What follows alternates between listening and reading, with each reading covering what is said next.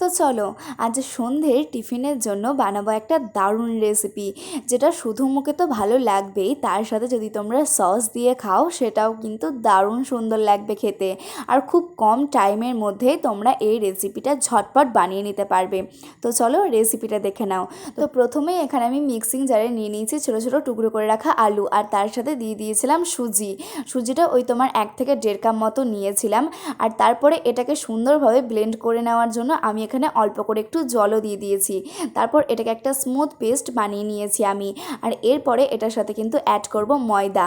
আর ময়দাটা আমি 5 থেকে 6 চামচ মতো নিয়েছিলাম। ময়দাটা কিন্তু তোমাদেরকে নিজেদের অনুযায়ী দিতে হবে। এটা কিন্তু খুব একটা মোটা হয়ে গেলেও হবে না, আবার খুব একটা পাতলা হলেও হবে না। পাতলা হলে কিন্তু ছেড়ে চলে আসতে পারে। তো সেই জন্য কিন্তু ময়দাটা ঠিকঠাকভাবে দেবে। আর যদি মনে হয় যে ময়দাটা বেশি হয়ে গেছে, তাহলে কিন্তু তোমরা এটাকে জল দিয়ে হালকা পাতলাও করে নিতে পারো। আর তারপর এখানে আমি একটা ডিম ফাটিয়ে দিয়ে দিয়েছিলাম। ডিমটা দেওয়ার কারণে কিন্তু আরও বেশি টেস্টি হবে জিনিসটা। আর তার সাথে কিন্তু যে জিনিসটাতে এটা বানানো হবে সেটার মধ্যে কিন্তু লেগেও যাবে না এই পেস্টটা।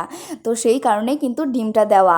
আর এটার মধ্যে কিন্তু অনেক রকমের তোমরা ভেজিটেবল দিতে পারো। আমাদের বাড়িতে যা যা অ্যাভেলেবেল ছিল আমি সেগুলোই দিয়েছি। যেমন এখানে আমি ক্যাপসিকামগুলো ছোটো ছোটো টুকরো করে কেটে নিয়েছি, আর তার সাথে গাজরটাও আমি গ্রেট করে নিয়েছি, আর তার সাথে দিয়েছিলাম পেঁয়াজ। এবার এটার মধ্যে দিতে হবে মশলা।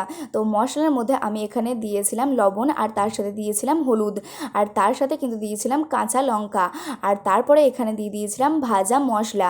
আর ভাজা মশলার মধ্যে কী কী ছিল সেটা কিন্তু আমি অলরেডি স্ক্রিনে দিয়ে দিয়েছি। তো তোমাদের যদি দরকার লাগে তোমরা কিন্তু ভিডিওটা পজ করে দেখে নিতে পারো। আর সব শেষে দিয়ে দিয়েছিলাম রিফাইন অয়েল। তো এটাকে এরপর ভালোভাবে আমি সব জিনিসগুলো মিশিয়ে নেব। আর এই রেসিপিটা কিন্তু আমি একটা ইনস্টাগ্রাম পেজে দেখেছিলাম। আই থিঙ্ক পেজটার নাম বিউটিস কিচেন। তো তোমরা কিন্তু ওই আন্টির পেজে গেলে এই রেসিপিটা কিন্তু দেখতে পাবে। আমার রেসিপিটা খুবই ইজি মনে হয়েছিল, আর তার সাথে সাথে সব রকমের ইনগ্রিডিয়েন্টস কিন্তু আমার বাড়ির মধ্যেই ছিল। তো সেই কারণে আমিও সন্ধ্যের দিকে এই স্ন্যাক্সটা বানানোর চেষ্টা করেছি। তো তারপর এটাতে কিন্তু লোহার তাওয়াতে আমি 2 পিঠ ভালোভাবে তেল দিয়ে সেঁকে নিয়েছি। আর তারপর এটা আমি সার্ভ করেছি সস দিয়ে। এটা কিন্তু শুধু মুখে খেতেও দারুণ লাগে। তোমরা কিন্তু চাইলে একবার ট্রাই করতেই পারো। আমার কিন্তু রেসিপিটা দারুণ লেগেছে।